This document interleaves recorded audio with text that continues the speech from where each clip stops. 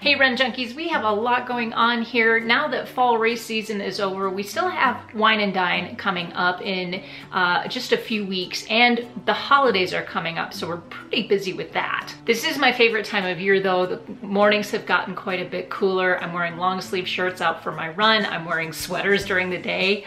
I'm getting very excited. The leaves are starting to change. This is where all of the work during the hot summer months starts to pay off, and we start to see our paces drop a little bit, and we might start getting a little faster. If we've been working hard over the summer, this is where we start to see it. So like I said, it has been a busy week, and I have a lot going on here in my training and on the channel.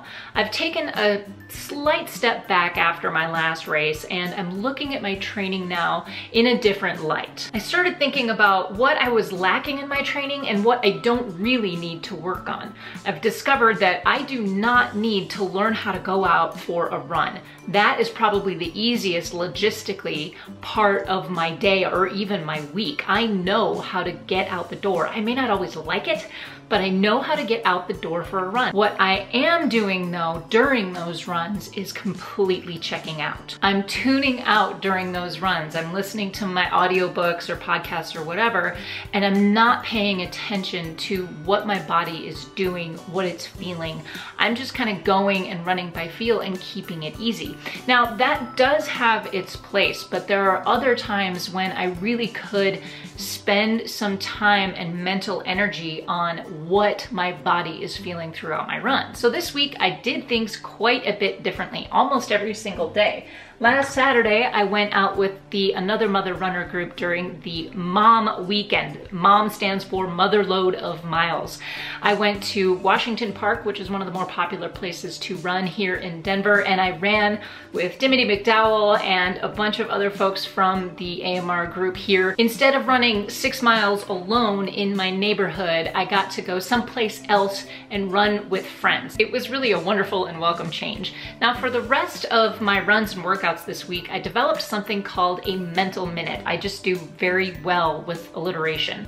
This basically means that at some point throughout my runs specifically, I will tap into mentally what my body is doing, what I'm feeling. One morning I changed up my normal 4-mile route. I almost run the same 4 miles every single morning, but this time I switched it up. I went completely in a different direction. Another morning I went out. Usually I listen to podcasts or audiobooks.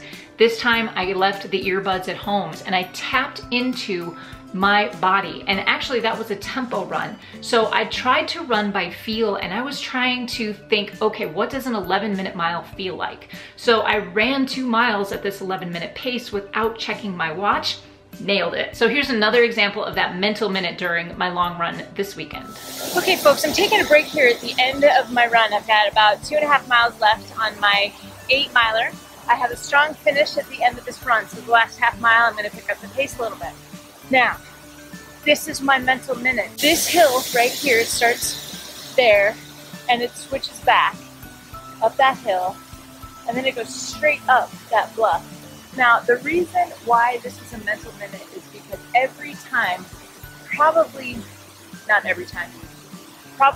7 out of 10 times, I will walk up this hill. Today, I am not doing that. I am making a conscious decision today to stop doing that. I am going to run up this hill. I don't know if I'll push pace, but I am going to run. I'm not walking up this hill. So that is my challenge for myself today, and I will finish off this run strong. Happy Saturday. So this is the kind of thing I want to tap into going forward, and Coach Christine and I have been working together on finding resources for me to tap into and use. Now, another thing I did for the first time this week was Orange Theory Fitness. If you guys know anything about this, you know that it's a treadmill and strength and plyometrics and a rower, and I went out and I did that for the first time this week.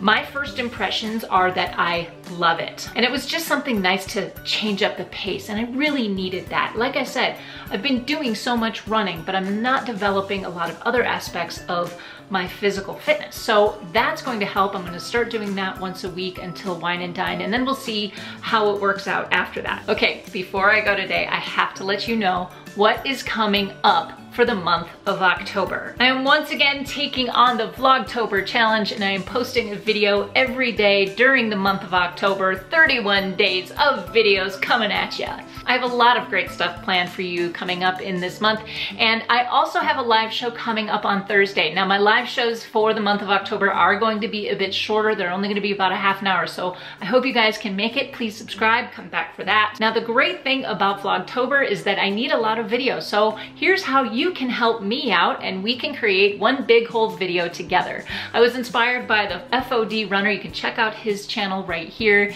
I want to see your footage. Send me your videos, 15 to 30 seconds, who you are, where you run, give me video, and let me know what you love about running. If you want to be involved, let me know in the comments section down below, and in the description I will have instructions on how you can get that video to me. But that is it for me today, you guys. If you like this video, hit that thumbs up.